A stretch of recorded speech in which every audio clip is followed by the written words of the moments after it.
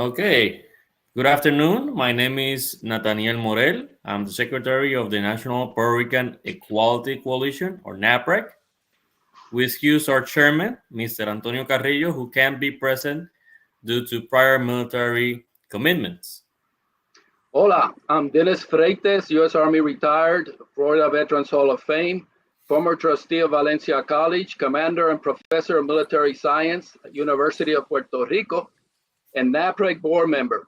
Also, I represent my father, Borinquenier Celio Freites Menendez, and uncles Erasto and Anibal, who sacrificed and served with the U.S. 65th Infantry Regiment, which received the Congressional Gold Medal for their bravery during World War I, World War II, and Korea. And this is a depiction of the Borinqueniers Congressional Gold Medal.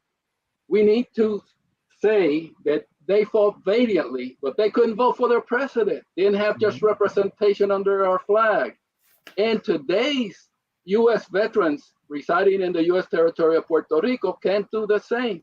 So later on, we will talk more about equal civil rights, equal citizenship for all we the people. So everybody in our audience, so they could know, NAPREC is a 401c4, a non-governmental, non-profit organization based in Central Florida that aims to unite citizens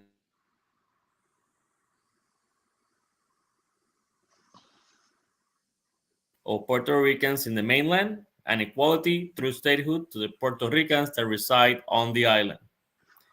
NAPREC will wish to be the host of today's events, and we thank everybody for watching us today. At the same time, we want to greet our host, our guest speaker. We are honored to be joined by a great American and a Puerto Rican leader in the governmental arena. Luis Davila Pernas is an attorney by profession and the current executive director of the Puerto Rico Federal Affairs Administration, also known as PRAFA. Before joining PRAFA, he served as a counsel in the private sector and was previously the deputy director of PRAFA in Washington. Thank you for joining us today.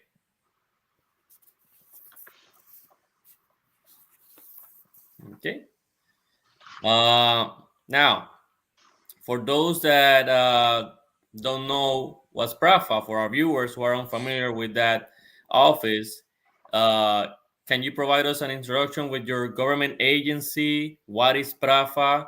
What is the mission and vision of the agency? And how it helps the American citizens in Puerto Rico and on the mainland? Well, first and foremost, thank you, Nathaniel. Thank you, Dennis.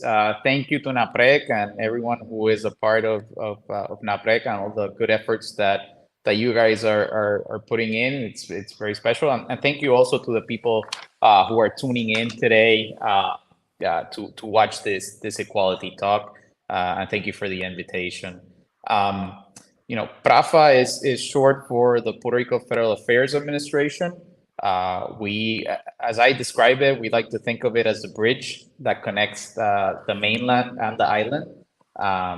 We have the responsibility to coordinate and to manage all communications between the executive government of Puerto Rico, with the White House, with Congress, federal agencies, nonprofit organizations that are set on the mainland. Pretty much anything that moves on the mainland that has a Puerto Rico topic or subject, we usually come in and try to serve as that bridge that connects both jurisdictions. So that's mainly our point. We are also the main point of contact for Puerto Ricans in the mainland. That is, that's a responsibility and a role that we take on very seriously. To the extent that we have even extended opening our offices. We have a regional office in Florida, which is home to so many Puerto Ricans. It's in Kissimmee. And we also have a service center, which is located in the Bronx. We opened that recently through a memorandum of understanding with the state government of New York. where we provide services, particularly for birth certificates and all those important documents that Puerto Ricans need for so many reasons, and we're able to provide those both in Florida and New York to our Puerto Rican population. Our mission is to serve and to advocate for the 3.2 million American citizens that live in Puerto Rico, and for the Puerto Ricans in the mainland as well, but especially those 3.2 million who are treated like second-class citizens. And I'm sure that with you, Nathaniel, and Dennis, certainly we'll expand upon that this evening. We have a very important agenda in Washington D.C. And it goes through many legislative proposals that are currently being debated in Congress. We are certainly putting in the hard work. Since I have joined the PRAFA, we have met with over 100 offices already. We have also in the trips that, for example, the governor has made to DC, we have met with over 20 senators or 25 members of Congress. I think it was, last time I checked, it was like 19 senators and several members of the House and also members of the federal agencies. And we do that to push forward with our priorities and to make sure that we can provide a better quality of life for Puerto Ricans who live in Puerto Rico, and again, who are treated differently because of our status. Of course, and I would like to myself thank you for all the hard work that your office does, especially because the lack of representation in Congress by the citizens of American citizens residing in Puerto Rico. They don't have any full voting members of Congress, either in the House or in the Senate. That's why your office is so important, because is at least some kind of a link between the government of Puerto Rico and the multiple federal agencies and Congress. So speaking in general terms, what are the current top 3 priorities for the government in Puerto Rico, especially now that Congress is thinking about multiple major bills like the agriculture bill that is going to come after the congressional recess? All right, so we have many priorities, but if I were to talk about the top 3, it certainly starts with status. At the end of the day, it's the common denominator for everything that we have to deal with in Washington, right? When you look at our most important goals in Congress, they all have a common denominator, and that common denominator is certainly that inequality that Puerto Rico has. How Puerto Rico is treated upon federal programs, and the fact that at any point, any Congress can come in and change the way Puerto Rico is treated or the way Puerto Rico participates within the federal government and the federal programs that are included in that system, right, in that framework. So it all goes back to that. I think time and time again, history has proved that us not having the authority and the same equal representation has allowed Congress to move forward with proposals that sometimes doesn't take us into consideration, and sometimes with all intentions, it does take us into consideration without us having the ability to vote or to negotiate. For example, what happened with Promesa a couple of years back. Certainly, when Congress comes up with whatever legislation, be it tax policy or any other policy, when it's enacted in Congress. But going back to the priorities, certainly NAP to SNAP, the famous NAP to SNAP proposal, as we call it, has to do with nutritional assistance. People may be wondering, what is NAP? What is SNAP? Well, basically NAP is short for the Nutritional Assistance Program. That's a program that's only available in Puerto Rico. It's a block grant, a limited amount of funds that we get to provide nutritional assistance for the poorest of families in Puerto Rico and the people who need it the most. Unfortunately, we don't get to participate the same way as other states who get to participate in SNAP, which is the Supplemental Nutritional Assistance Program. And I'll go a little bit back in history. Back in back in the 70s, we used to participate just as any other state under the Food Stamps Act. And then in 1981, Congress enacted legislation to create SNAP.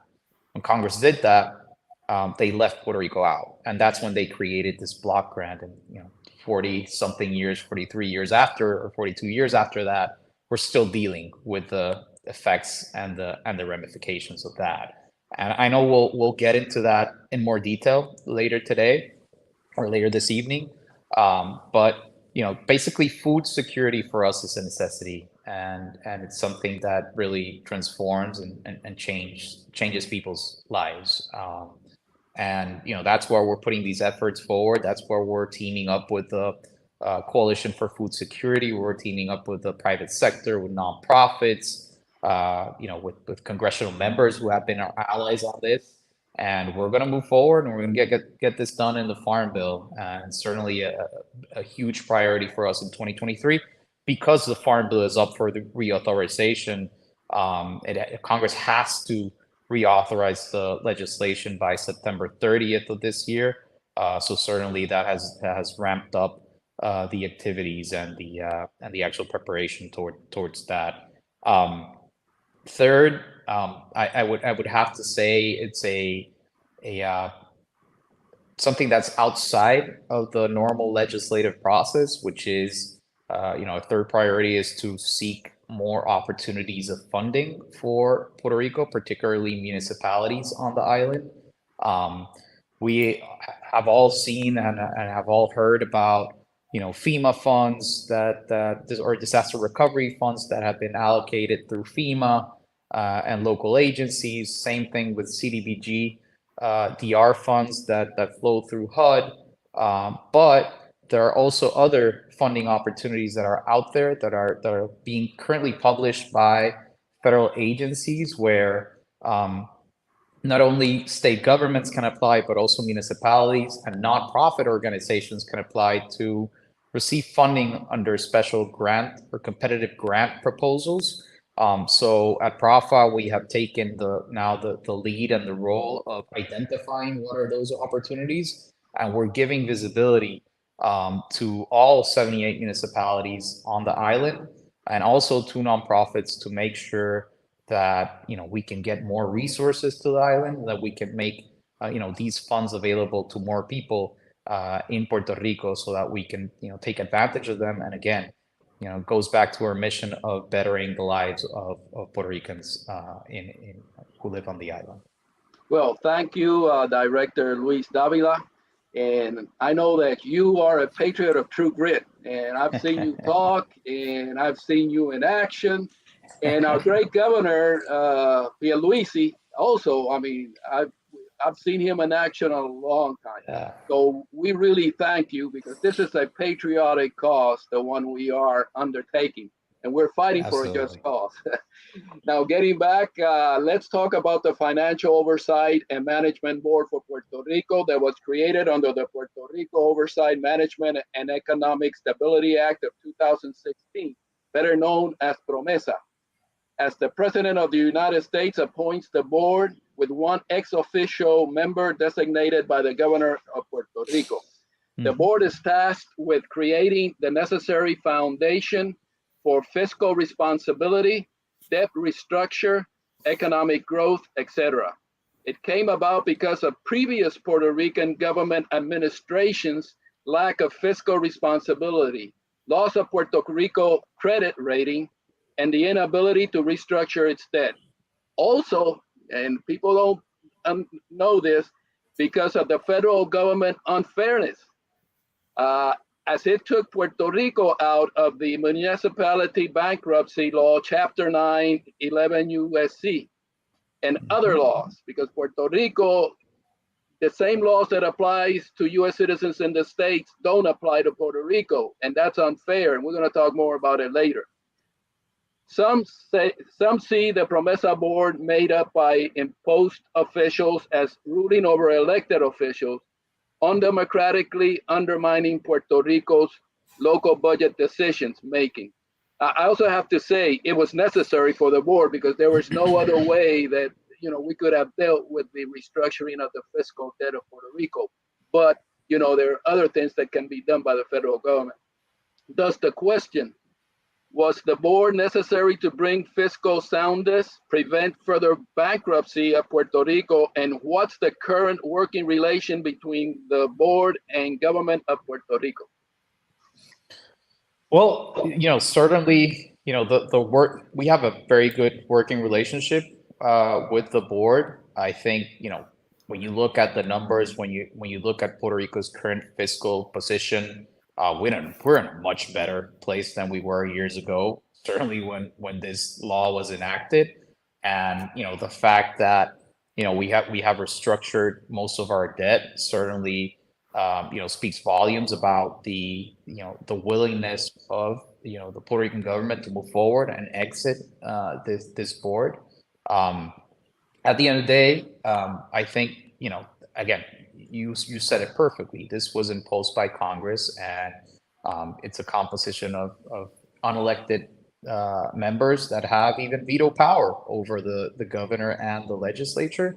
Notwithstanding, we have to deal with it. It's a federal law, and at the end of the day, we have to follow whatever provisions are in that law to make sure that we can exit Promesa.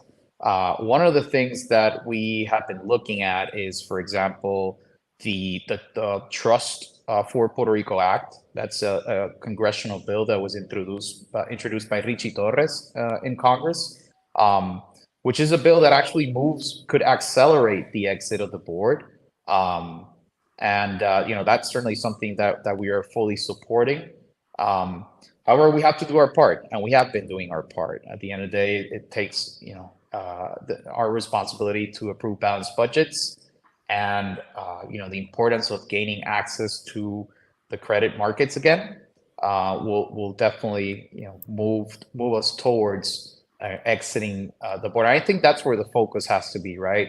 Begin that transition and returning the public policy decision making to the elected leaders of Puerto Rico, to the people who actually were voted to make those decisions. And I think we have a clear path in that direction.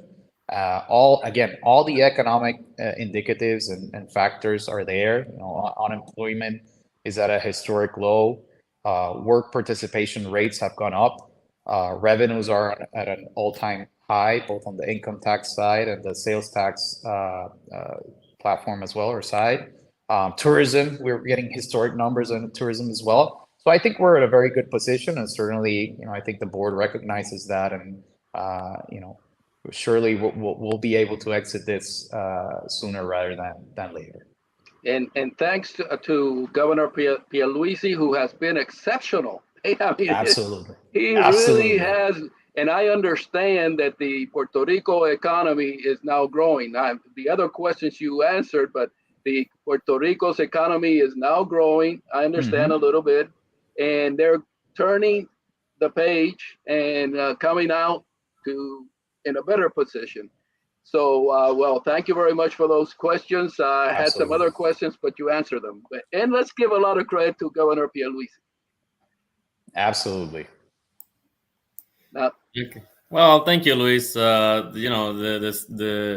relationship between the Fiscal Control Board and the government of Puerto Rico for multiple administrations has been crucial. So we're glad to see that the working relationship of this administration has been overall good, and that many of the issues that needed to be resolved in the restructuring are getting resolved in this administration. And hopefully in the next 5 to 10 years, maybe even less, we have, with the government of Puerto Rico and the territory as a whole, the island as a whole, has learned the value of a balanced budget and economic growth, so we can avoid a similar scenario in the future. Now, and again, thank you, Luis, for that answer. So let's move a little bit to the topic of Puerto Rico's recovery. which is also another big issue, along with Hmm. the restructuring of the debt. A lot has been said about the slow recovery process that has been going on following the multiple natural disasters, including hurricanes, COVID, and the earthquakes in the southern part of the island. Um, and we should also include the unequal treatment that the federal agencies sometimes apply to the island's agencies and government. My question is, what is, on your opinion, the current state of Puerto Rico's recovery in this current presidential administration during the Biden administration? And do you believe that Puerto Rico has been treated different from any other state by Congress or the executive branch agencies? And lastly, uh, what is PRAFA, or what is PRAFA doing to try to gain a better treatment if in fact we're being discriminated? Well, I think, like I've said many times before, certainly, I have to thank the Biden-Harris administration because, in all my years working with the federal government, I've never seen such a level of support as I've seen with this administration with regards to Puerto Rico, right? They've come in, untangled things that had been broken or that had been stuck for many years. In the case of disaster recovery funds that were allocated because of the hurricanes of 2017, they allowed finally Puerto Rico to move forward with a capital advance program that was instituted and went live last year. And because of that, we've been able to push forward with tons of projects that we didn't have the funds to advance, those projects at the beginning, and they were stuck for a couple of years, especially during the past administration. Nonetheless, I have to say there's still a lot to be done to achieve equality. Certainly American citizens are treated differently because of our zip code, because of the place that we call home, the place that we decided to live in, and that shouldn't be the case. It shouldn't be the case in the United States of America. Certainly, we have been citizens for over 100 years. With all the responsibilities that entails, but not with the same benefits. And our veterans, go to war and they don't get to vote for their commander in chief. Our families cannot have equal footing when it comes to nutritional assistance. We don't get the same benefits in social programs such as Medicaid, which is so important. Our elderly, they don't have the same access to Social Security or supplemental security income, the famous SSI, as they do in the States. But I do have to say something, and I think when we talk about, for example, everything that was approved and enacted after COVID, certainly after COVID, Puerto Rico was pretty much treated as any other jurisdiction in the nation, right? And I think, for example, when COVID struck, I remember that the first CARES Act that was enacted in Congress. It allowed, for example, the creation of a PPP loan program. Nowhere in that program it said that it wouldn't be available to Puerto Rico, or that Puerto Rico would be treated differently, or that corporations or companies in Puerto Rico or whoever wanted to apply for it would be treated differently. And because of it, we saw many of them that were saved, that were able to continue working, that were able to continue having employees on the payroll. The economy continued moving. And when you think about the first pieces of legislation that were enacted by the Biden-Harris administration, for example, the one that extended the child tax credit to Puerto Rico, which is something that hadn't been available before that, or it was available, but only for families who had 3 or more children. Now it was available to many families that didn't have it. That had a positive effect on the economy. When you think about the earned income tax credit, which was also extended to Puerto Rico, we didn't have that. That was extended too recently. Although all these are exceptions, right? All are time, all phased out or will be phased out. So it's not like we actually gained equality, but for that tiny little bit of time that we have gotten, equal or close to equal resources as any state, you're seeing the results. You're seeing the results, which just goes to show that, Puerto Rico can thrive. If we're treated equally, if we're treated as a state and we are given the tools, the instruments needed to move forward, there's the evidence. You don't have to look further than that, right? And I think that is something that when we think about everything that has happened the last couple of years, when you look at the economic indicators or factors that I was talking about, there is a direct correlation with that. When we're treated equally, results are there, the evidence is there. Same thing happened, with the vaccines, for example, and all that stuff that came about during COVID. We were not prohibited from accessing all those safety measures and everything about that. And that was, Puerto Rico also became one of the hottest tourist destinations. It was Florida and Puerto Rico during the pandemic. So again, when we're treated equally and we're given the opportunity to thrive, we're there and we're an equal participant, and the results are there to show that. Well, thank you, Director Davila. Now let's move to the topic of food security in Puerto Rico. And you already talked a little bit about this, but we want to talk a little bit more. And the transition Absolutely from the Nutrition Assistance Program, or NAP, don't take a nap, but it's called NAP, currently in effect in Puerto Rico, to the Supplemental Nutrition Assistance Program, SNAP. Currently, Congress has under its consideration HR 253, the Puerto Rico Nutrition Act, Fairness Act.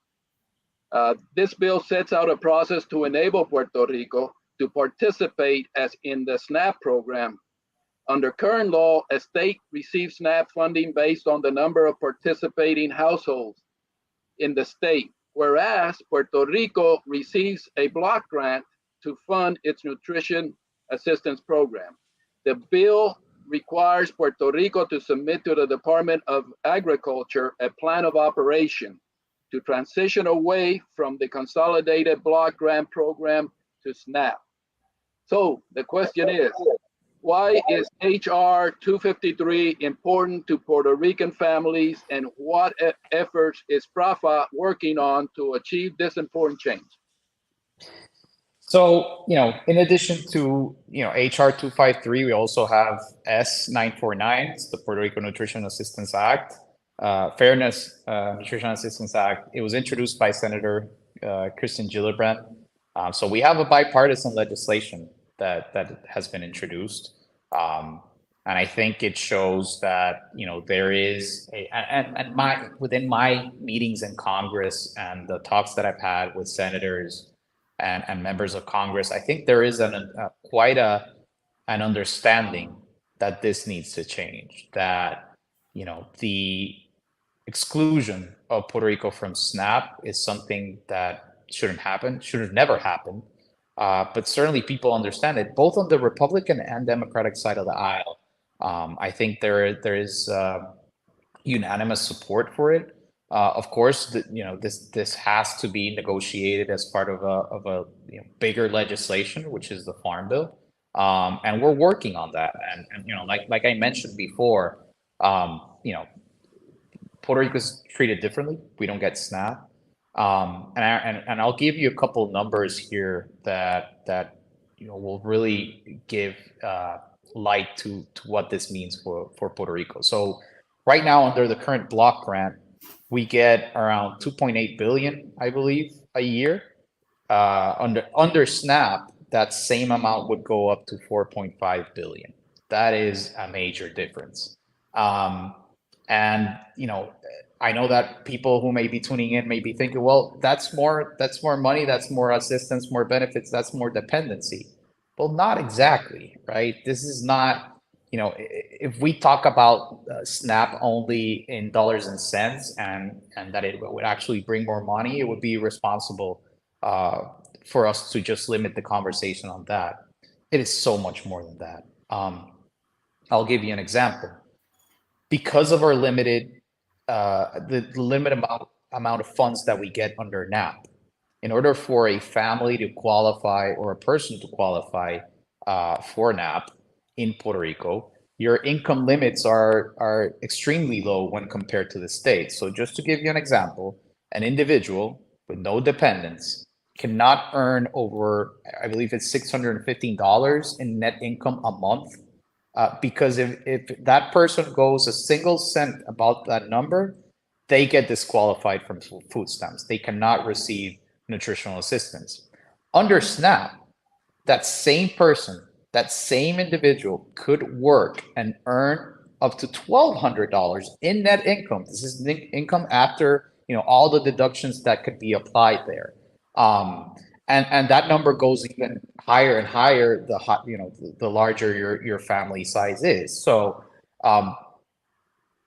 if Puerto Rico were extended the opportunity to participate in SNAP, we would also have the opportunity to provide an incentive for people to work.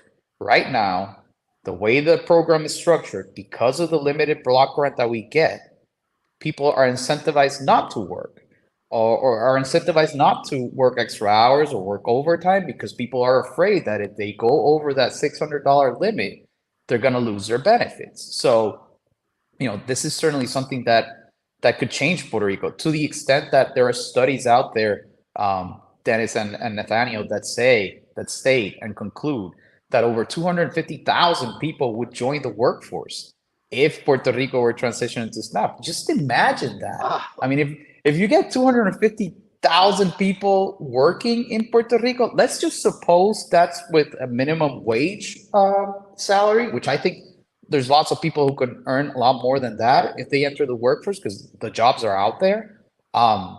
Just on payroll taxes, Medicaid, Medicare, Social Security, the federal government would be getting back probably around $370 to $375 million in taxes, which they would be getting back. Plus the effect on the economy. Just think about this for a second. This would be people that would have the ability to take out loans, to go and take a car loan, to apply for a mortgage, because they would have that proof of income, because they would have that opportunity, to grow professionally and to seek out, going up that professional career ladder, to, perhaps get a private insurance, as part of their employment deal. And then that's one less person that would be, taking or having to depend on a public health plan. So it has a chain reaction down the board. State taxes would be higher. That person would have also more money to spend on restaurants and retail and investing in the economy. So this is something that could, when we say that it could transform Puerto Rico, it really, really can transform Puerto Rico. And when we go back to it, I think the most important part is that it applies to the people who need it the most, right? No one in the United States of America today should have to ask themselves the question, should I pay for, the little money that I have, should I use it to pay for food and put food on the table? Or should I use it for medicine, for medications? I think that is something no one should go hungry in this day and age in the United States, the most powerful and most successful nation in the world. And I think this is certainly something that puts Puerto Rico in the map and puts us in that direction to make sure that no one on the island should have to ask that question. And something that I want to bring, especially to our audience in the States, that might be the first time that they're seeing a program regarding Puerto Rico. All the federal programs, SNAP, the recovery assistance funds, the Medicaid and Medicare funds, and all these other programs, the supplemental Social Security program. These are all programs that are not given to Puerto Rico in an equal footing because Congress could legislate those programs so they're equal to the rest of the states. But at the same time, if they want, they can discriminate and cut back on the same benefits in comparison to the rest of the United States. For example, and you brought it earlier, before we were on the SNAP program, Later on, Congress changed that into the current Puerto Rico Nutritional Assistance Program, which is different than the rest of the state, that is actually just applicable to Puerto Rico. Those are ways in which the Congress and the executive branch discriminates against the 3.2 million American citizens that are residing on the island, sincerely just because of their zip code, because they don't have any representation in Congress, they can't vote for the commander in chief, and because legally it's a territory of the United States. So, for my audience that is listening to me right now in the States, talk to your member of Congress, talk to your senator, and ask them to resolve Puerto Rico's political status, because it's extremely unfair to have fellow Americans living on American soil that are treated different just because of their zip code. Now, we're gonna move forward to the question of status, which is probably the core reason why Puerto Rico has um, experienced so much discrimination by the federal government. But before we go to that aspect of the conversation, I want to give you at least 5 minutes to discuss anything that Prafa is doing right now that might not be as as as known to our audience, that is not covered by media and or the press, and you might want to highlight it so we get to know what Prafa is doing for the residents of Puerto Rico. Yeah. So one thing, since I came in as executive director late March, one of my goals, and I met with the whole team, and I said, listen, I want to make sure that besides all the priorities that we have in Congress, besides all the work that we have to do with federal agencies, with the White House, etc., I want to make sure we are taking advantage of all the opportunities that we can get for our youth, right? For our future, the future of Puerto Rico, the future leaders of Puerto Rico, and the future professionals of Puerto Rico. One of I've been working and dealing with federal matters and working in Washington D.C. for almost a decade now, and one thing I've noticed and that Washington D.C. is known for is the amount of internship and fellowship opportunities that are out there for young professionals, for undergraduate students, graduate students, even for high school students. To be honest, there are programs out there, and one of the things that we're doing at Profa is compiling a list of all those opportunities to make sure that we can give visibility to the student population on the island at all levels, with high school, undergraduate, graduate, to tell them, these programs are available. This could be, the key. We want to open the door for, these young professionals to, earn their right to come to the nation's capital and start a career and start, making an impact, at the very first level, which would be an internship or a fellowship, where, they're provided with lodging, for example. They're provided with per diems, with a salary, and it's a beautiful experience. And many of the young professionals that get these opportunities, they never leave DC, because at the end they're recruited by a federal agency, or they end up working in Congress for a congressional office or a senator, and that's how they start moving up the ranks within the federal government. And so that's something that we wanna focus on to really bring that opportunity to our youth, so that they can start developing, and for us to help them help create the leaders of the future. Those generations that are going to be tasked with, providing, the benefits and, the best, making sure that Puerto Rico is treated the way we're supposed to be treated at all levels within the federal government. Right. No, because they're going to be the future policymakers or the future staffers that are actually going to draft the policy. So, Exactly. And it's also a great opportunity for our youth to come and visit DC, have a working relationship with congressional staff or federal agencies, or just anybody that is having a say in the policy making in DC, and that could be our way to have at least a footprint in where the final laws are being drafted. Exactly. Yeah, right. Now that's actually an extremely important initiative that maybe not everybody on the island or even in the states know that PRAFA is doing for our residents in Puerto Rico. Okay. So Dennis? And lastly, let's discuss the issue a lo que vinimos. That is the saying in La Guardia Nacional, which I was an advisor in readiness group. A lo que vinimos.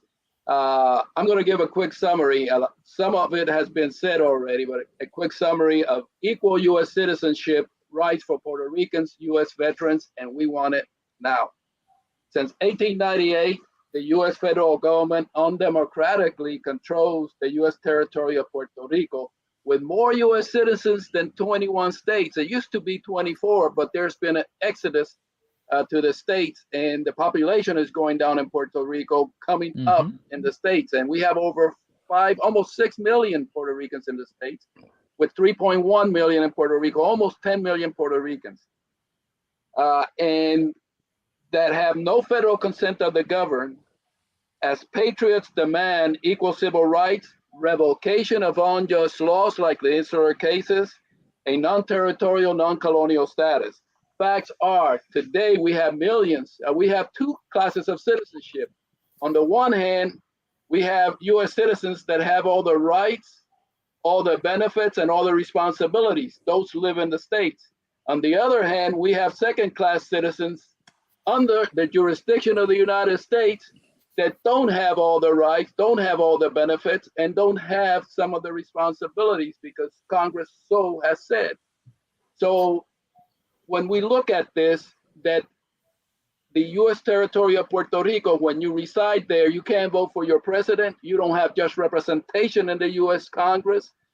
You don't have parity in federal laws, programs, or funding, like was mentioned. And it was mentioned we also need to add education and other funding, veterans funding. We don't receive the same veterans funding. And these are not handouts. These are fundings that other U.S. citizens in the states receive and Puerto Ricans don't.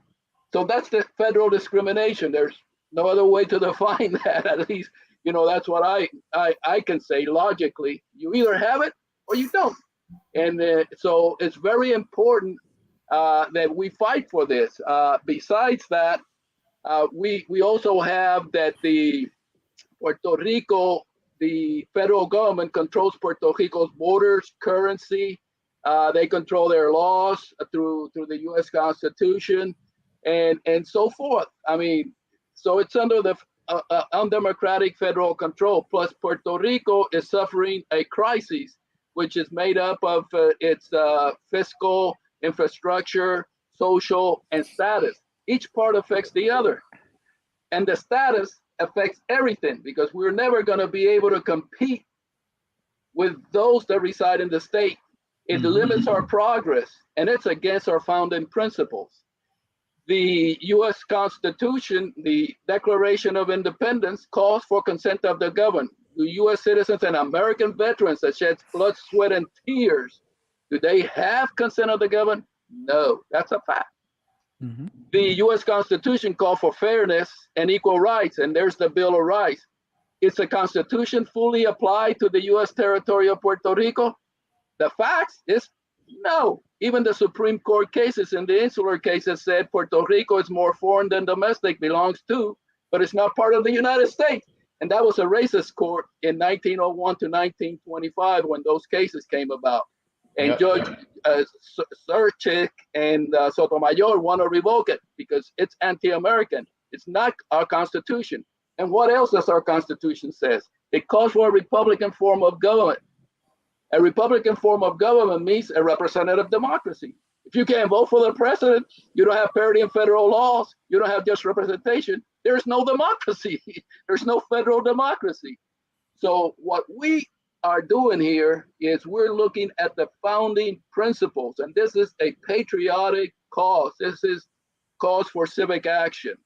So we have HR 2757, the Puerto Rico Status Act. And so I'm going to leave the summary here, but I think everybody understands this is about fairness, about equal rights, civil rights. So Director Davila, what is the position of the Puerto Rico government on HR 2757 and the Puerto Rico status? And can you explain a little bit about what it is? Sure. So definitely overwhelmingly supporting it. Like I said at the beginning, it's our number one priority. Actually, every meeting that I get, I bring it up. I don't waste a minute when I meet in Congress. That's our goal. Like you said, it's a common denominator. It's everything that we've discussed goes back to that, is the root cause, and we've been dealing it with it for over 100 years. I think HR 2757. I think it's a very important bill. It was historic in the sense that it brought together, many groups that had been opposed against each other for many years. It was historic because it included the offer of statehood to Puerto Rico on a binding manner, right? That had never happened before. It had never passed before, and it passed the House.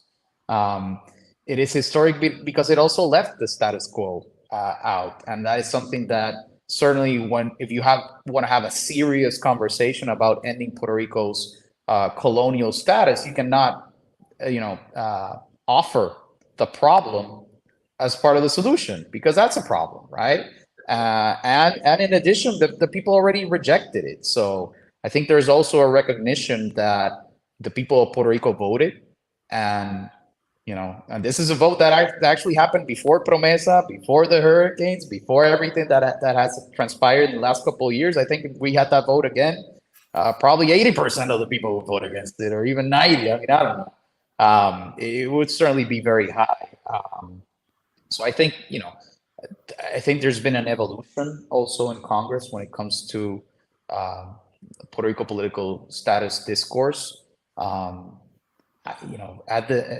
I remember the very first time that I went to Congress around 10 years ago to talk about this subject. It was always, well, you guys are always quarreling between each other. Why don't you guys get together, figure it out, and then come back to us? I don't get that now.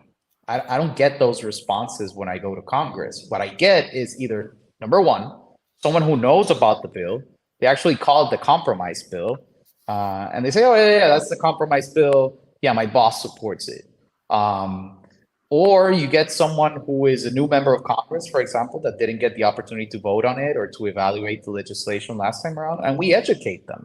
And when we actually tell them what it is, when we tell them that, a member of Congress can support this without having to take a part in it or having to advance their own criteria on it, it's just giving the people of Puerto Rico a voice, giving the people of Puerto Rico the chance to decide our own future, right? And I think, it goes back to the Constitution and the insular cases. The fact that that territorial clause has, dictates that Congress has plenary powers over Puerto Rico. And certainly when you have the plenary powers, you also have the responsibility to take care and to resolve that problem. So, and even the latest cases from the Supreme Court, when you read, for example, Pueblo v. Sanchez Valle, says very clearly that, Puerto Rico's sovereignty, let's call it, lies at the steps of Congress, because at the end of the day, they are the ones who are in control. They are the ones who have that authority over Puerto Rico. So, and this bill certainly provides a vehicle for everyone to decide within the three, constitutional, the only three validated, recognized constitutional options that are recognized both by the international community, by international law, by the U.S. Supreme Court, by the U.S. Department of Justice, and by the White House task force reports that time and time again have recognized these three options as those that people of Puerto Rico could decide to move towards too. And that's a good point. When you mentioned plenary powers of Congress and sovereignty, and people don't understand that the three options we're looking at right now in this bill has to be amended because there's a little problem there, and I'm not going to discuss it, but the definition of statehood is admittance to our union. The United States is a union of sovereign states with permanent U.S. citizenship. Right now, we got statutory. Some of us have statutory U.S. citizenship. If you're born in Puerto Rico, most likely you have it under the 1917 Jones Act. And it is not according to the 14th Amendment that says you're a U.S. citizen if born in a state or naturalized in a state. It doesn't mention territory. The source of our citizenship is the territorial clause that says the Congress shall have the power to dispose of and make all rules and regulations pertaining to the territory or properties belonging to the United States. So or other property. So other property belonging to the United States. So it's very important to understand that people like me, I was born in Manatí. My father was born in Montebello, un jíbaro de Montebello. My mother was born in Ciales, Ayuya, mountain people.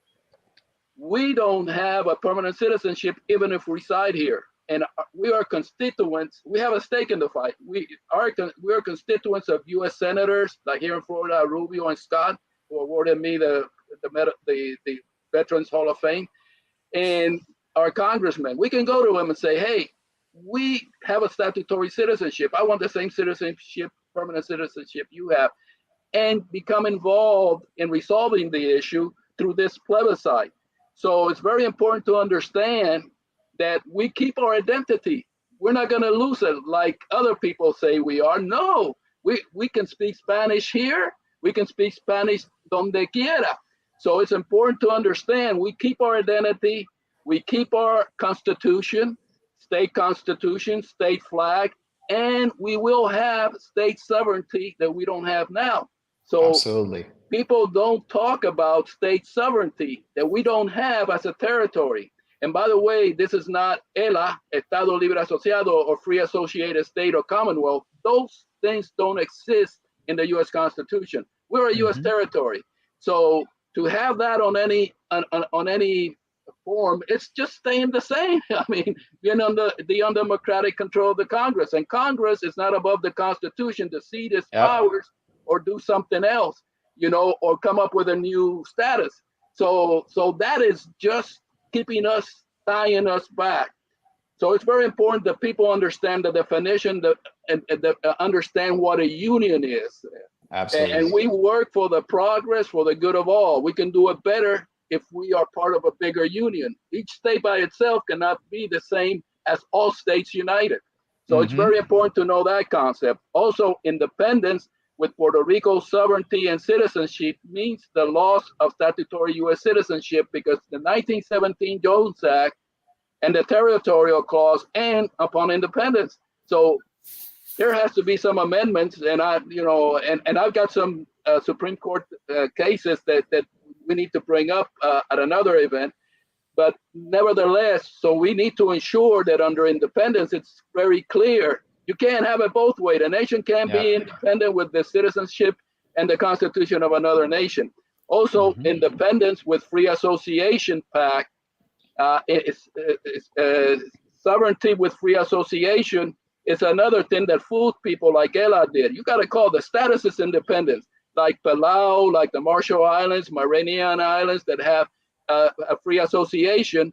They have their own citizenship, their own nationality, their own sovereignty. They just have a pact with the United States. So it's very important for people to understand that is independence for la cocina. So it's very important that people know what they're going to vote for if we get this plebiscite done. All right. So moving to, sorry to cut you off. I have another thing on here.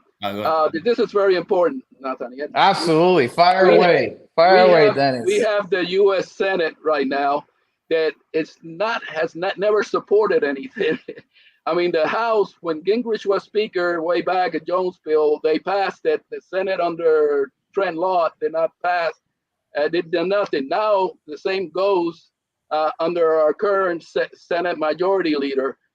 So we need to get the Senate to come on board and do a companion bill with the House. There are a lot of good senators and a lot of good representatives. I'm not saying everybody's bad, but we got to ensure that this is about equal rights for Puerto Ricans.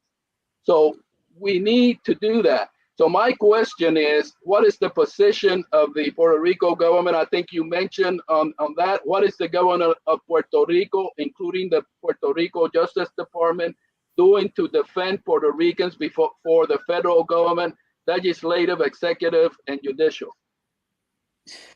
Well, listen, we're concentrating in the Senate. I mean, you're absolutely right. We've seen the bill introduced in the House. It was introduced last Congress. It passed the House unanimously with Democratic support and also Republicans that voted on it. So it was a bipartisan vote.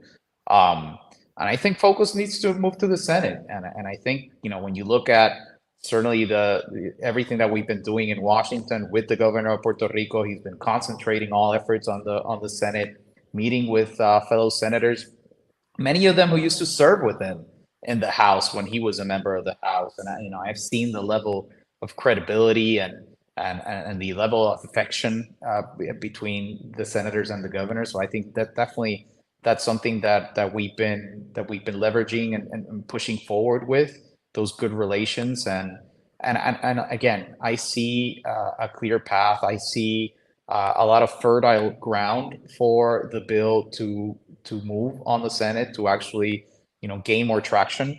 And that's what we're focusing on. And this is something, like you said, status bills in the Senate have never quite gotten that much traction or even co-sponsorship. I think we're gonna definitely see some change there. That's what we're working on, Dennis. Every day I wake up and I think, how can I move this ball 5 yards forward? And everything we do every day is to get to that ultimate goal, get that touchdown, and make sure that we could get this bill across the finish line. And that's what we're doing, both on the Senate and the House, but definitely on the Senate. The bill has been introduced in the House, and we've been working with House leaders as well. But we have to take care of the Senate and do our part as well. And now all we need to do, excuse me, is motivate civic action, organize grassroots in the states to support equal rights, get the national media to cover, inform, and educate on the truth. And NAPREC is one of the point organizations in this, along with many others, Puerto Rico 51st, Puerto Rico SAN, and other patriots that are working to ensure equal rights for all we the people, to include Puerto Ricans and U.S. veterans.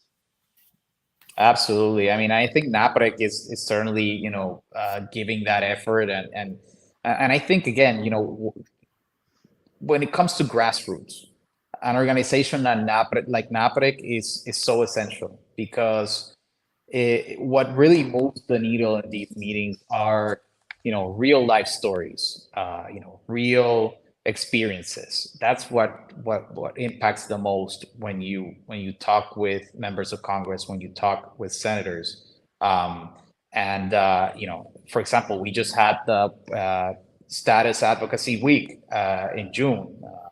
La famosa toma del Congreso, which was so effective and so powerful, being there with veterans, being there with people who have lived this, this territorial inequality directly, certainly is something that raises a lot of eyebrows in Congress and has a big impact. So, when I think about NAPREC, when I think about grassroots organizations that are putting in this good work, it's certainly something that is needed, and we need to multiply those efforts as much as possible to make sure that we get those results. Well, I do agree that moving the status question in Congress is of utmost importance. Just for our viewers in the States, just also as another fact, Puerto Rico, the citizens of Puerto Rico voted against the current territorial status in 2012. The majority of them in a general election voted against continuing the current territorial status. So if the question in Congress is if Puerto Ricans wants to continue their current relationship with the United States, as a territory, most of us voted no. So the consent of the governed has been lost by the Americans living in Puerto Rico. Yep. Furthermore, in 2020, at least 53% of the population voted in favor of statehood. So it is a question, for me, it's a question of when, not a question of if. So the issue is being driven by the pursuit of equality, and because of the petition of the American residents, the American citizens in Puerto Rico for statehood. Just an example, that's something that I wanted to I always want to bring up in this conversation is more than 100,000 veterans live in Puerto Rico. Over 3,000 Puerto Ricans have won the Purple Heart medal. Right now, there's more than 10,000 reservists in Puerto Rico, including Army, National Guard, Reserve, Army Reserve, Air Force Reserve, Navy Reserve. They can be deployed at any time overseas, and they don't have the right to vote for their commander in chief, and they don't have the right to vote for representation in Congress. So, in essence, we have American service members serving in Puerto Rico that can be deployed anywhere in the world, but because of their zip code of their units being stationed in Puerto Rico, they are unable to vote for their commander in chief or members of Congress. This only happens in Puerto Rico and the rest of the territories. No other service member, if they're stationed anywhere like in Italy or Japan or South Korea, they have the right to vote for their commander in chief through mail ballot. But in Puerto Rico, we don't have that right because we're a territory. Again, I call for the audience to call their member of Congress and support Puerto Rican statehood, or at the very least, support the Puerto Rico Status Act that gives different options to the people of Puerto Rico.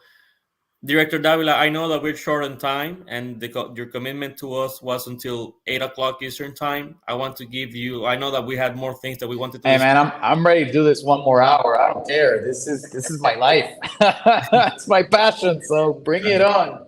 I know. I know that your office wanted to, because I understand you have further commitments. So It's fine. It's fine. No worries.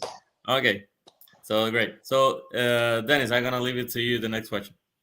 Okay, at this time is when we would give you closing remarks and ask that you say anything you think appropriate as we close this event. Well, I'll start off by thanking you, Dennis, first for your service and also for giving me the opportunity to share, my life experiences and certainly the job that I do daily for the people of Puerto Rico. Thank you, Nathaniel, as well, for being part of NAPREC and for putting together these equality talks. They're so important. Thank you to Anthony Carrillo, who I know wasn't available today, but my special thanks for him as well for putting in the good work. I have to say that this is so important. And right now you were talking, Nathaniel, about how we have 100,000 veterans, how we have 10,000 reservists on the island that are ready to go. And when I think of, for example, when any of our members of the armed forces go to an engagement or go to war, given a rifle, sent to the front lines, they're not called or treated as a Democrat or as a Republican. They're Americans, and I think that's the message that we send when we go to Congress, right? That's the message. Whenever a member of Congress or a senator sits with you, Dennis, or with anyone who has served, or anyone who has shared a life experience, coming from Puerto Rico or moving to the States and becoming a constituent of that senator or that congressperson, they're not being looked as something foreign. They're not even being looked at in a partisan way as a Democrat or as a Republican. They're looked as Americans. And I think that is the key here, right? That we have to fight for our seat on the table. We have to fight for the ability to exercise the same rights as any other U.S. citizen, to exercise those fundamental rights, such as the right to vote, that is so essential for us to.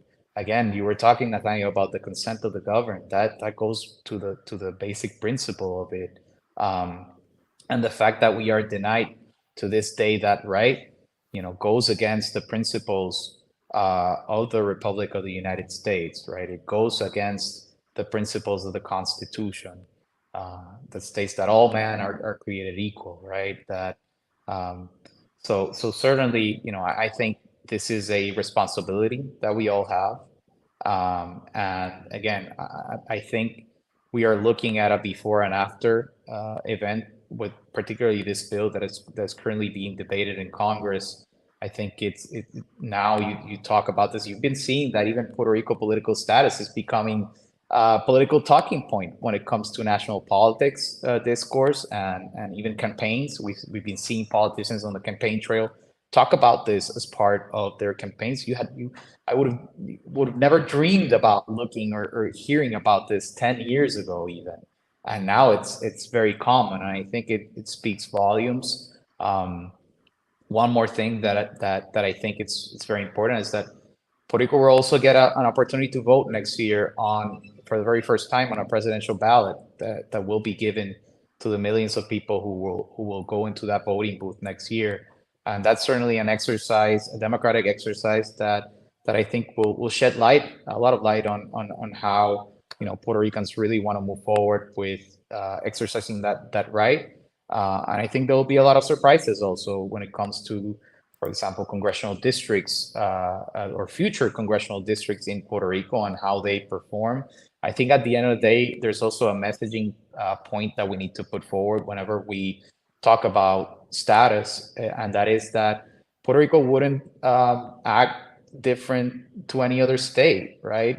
States, usually when you look at the demographic composition and the way they vote, usually metropolitan areas turn to lean more democratic.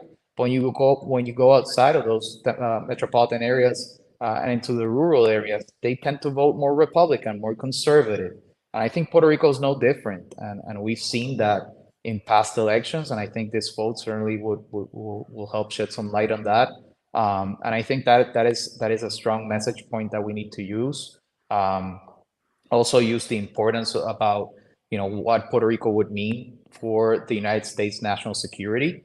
The fact that what it means for the United States to keep Puerto Rico being part of the United States in the Caribbean, in the region, especially when you see external powers such as China who are expanding everywhere. And there's no coincidence that the countries that call for complete separation and Puerto Rican independence are all proxy states for China and Russia. And there's no coincidence on that, right?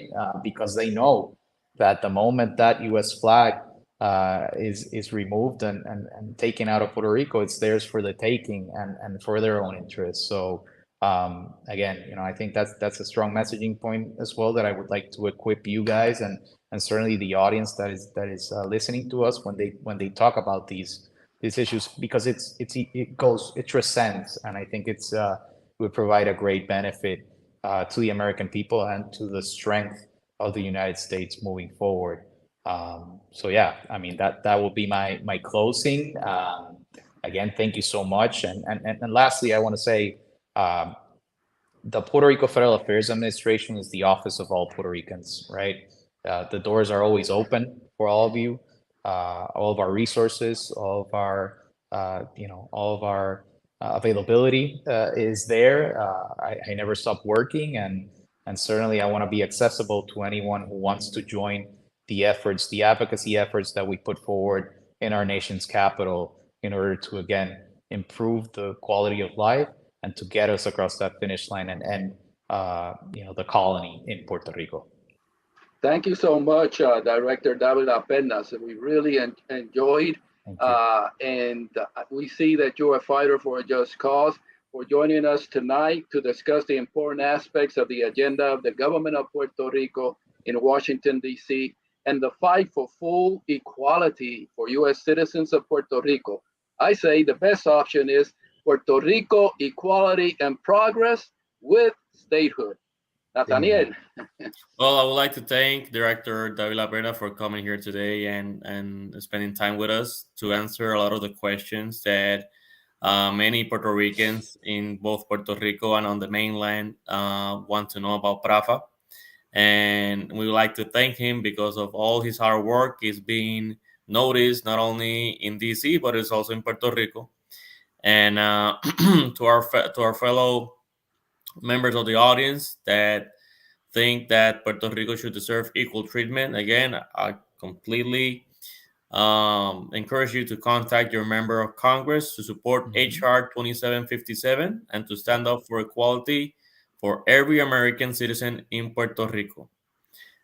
We wish you good night, and until next time on Equality Talks. Muchas gracias. Thank you. Buenas noches.